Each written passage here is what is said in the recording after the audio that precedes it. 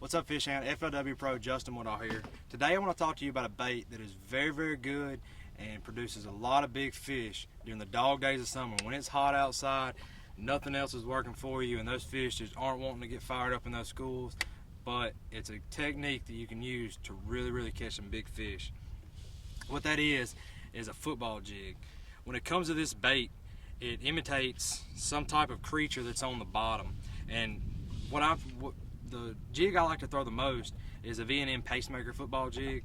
It has a very, very lifelike head and very detailed, to where when you're on the bottom with this bait, it really, really keeps to the bottom, and it allows it to not move back and forth. It keeps its presentation like it's supposed to. Got a great 5/0 must-add hook to it. But another key thing when it comes to throwing these football jigs is your trailer.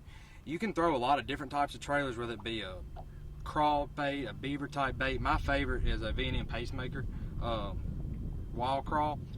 But you can throw really any type as long as it imitates something that has to do with some type of creature bait on the bottom that a fish can really go in and get to.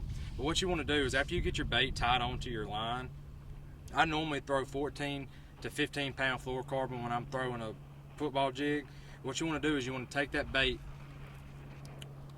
go through the top just like you would a Texas rig, go up and peg it just like that, to where when it's on the bottom, get it real nice and pretty, to where when it's on the bottom, it's going along and it imitates that creature.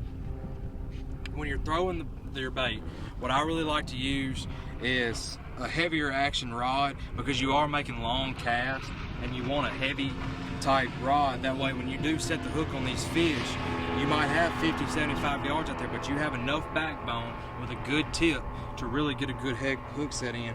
What I'm throwing is a Denali 7/6 heavy worm jig rod, and like I said, it has very good backbone and a tip. That way you are able to get a hook set in on these fish. So when you're out there in the summer not having good luck and anything like that, always remember to do something that will get the fish fired up.